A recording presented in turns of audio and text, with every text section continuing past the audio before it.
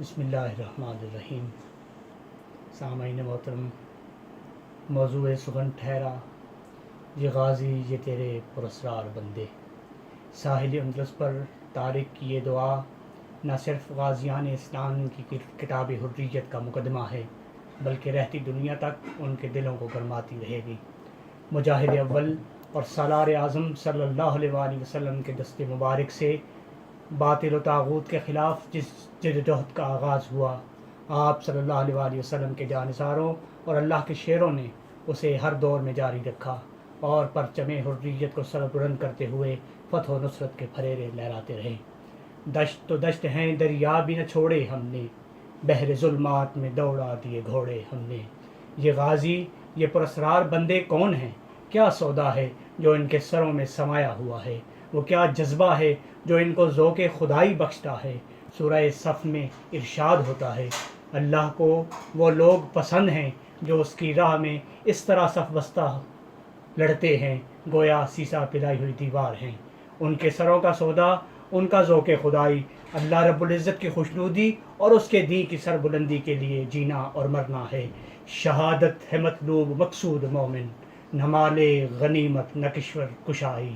یہ غازی کہیں علی شیر خدا بن کر مرحب کا غرور خاک میں ملاتا ہے تو کہیں خالد بن ولید بن کر کیسر روم کے لیے قہر خداوندی بنتا ہے، کہیں سعد بن ابی وقاص بن کر کسریٰ کی سلطنت کو زمیں بوس کرتا ہے، کہیں محمد بن قاسم بن کر ہندوستان کے ساحلوں تک پہنچتا ہے تو کہیں طارق بن زیاد بن کر ساحل اندلس پر کشتیاں جلاتا ہے، کہیں قتیبہ بن مسلم کے روپ میں وسط ایشیا تک پرچم اسلام بلند کرتا ہے تو کہیں صلاح الدین ایوبی بن کر قبلہ اول کی آزادی کا مارکا طے کرتا ہے۔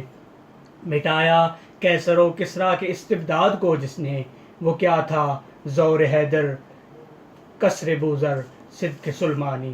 غازیان اسلام کا یہ قافلہ کہیں میدان کربلا میں خیمہ زن ہوتا ہے اور حریت کا ایک نیا باب رقم کرتا ہے۔ آفتاب حسینیت سے پھر ہزاروں چراغ جلے جنہوں نے راہ عزیمت اختیار کی، کوئی نور الدین زنگی کہلایا، کوئی یوسف بن تاشفین، کوئی غازی ارطغرل، کوئی سید احمد شہید، کوئی حسن البنا اور کوئی جنگ طرابلس میں پانی پلاتی ہوئی فاطمہ بنت عبداللہ۔ اپنے صحرا میں بہت آہو ابھی پوشیدہ ہیں، بجلیاں برسے ہوئے بادل میں بھی خوابیدہ ہیں۔ برسے ہوئے بادل کی یہ خوابیدہ بجلیاں مسلمانوں کے زوال اور ذبح حالی کے بعد بھی پرچم حریت لیے کہیں غزہ کی پٹی پر پتھر اٹھا کھڑے ہیں، کہیں وادی کشمیر میں سر پر کفن باندھے، کہیں چیچنیا کے پہاڑوں میں تو کہیں شام و عراق کی وادیوں میں۔ آج پھر غازیان اسلام کی فتح کے چرچے ہیں اور وقت آ گیا ہے کہ ظلم و بربریت کے خلاف پرچم حریت کو بلند کیا جائے۔ کشمیر کی وادی میں لہرا کے رہو پرچم، ہر جابر ظالم کا کرتے ہی چلو سرخم۔ ویتنام و فلسطین ہو، انگولہ ہو کہ کانگو، انسان کی آنکھوں سے گرتے ہو جہاں آنسو۔ اے شام ستم ہر جا توڑیں گے تیرا جادو، دیکھا نہیں جاتا اب مظلوم کا یہ عالم۔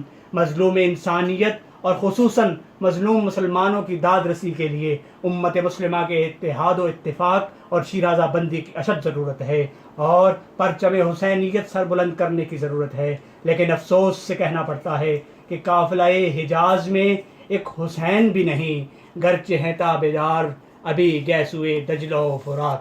تاہم مایوس ہونے کی ضرورت اس لیے نہیں کہ ہمارے نوجوانوں میں جذبہ حریت زندہ ہو رہا ہے اور انشاءاللہ وہ دن دور نہیں جب باطل اور طاغوتی قوتیں سرنگوں ہوں گی اور پرچم حریت سر بلند ہوگا۔ اگر عثمانیوں پہ کوہ غم ٹوٹا تو کیا غم ہے کہ خون 100,000 انجم سے ہوتی ہے سحر پیدا۔ خدائے لم یزل کا دست قدرت تو زباں تو ہے، یقین پیدا کر اے غافل کہ مغلوب گماں تو ہے۔ سبق پھر پڑھ صداقت کا، عدالت کا، شجاعت کا، لیا جائے گا تجھ سے کام دنیا کی امامت کا۔ شکریہ۔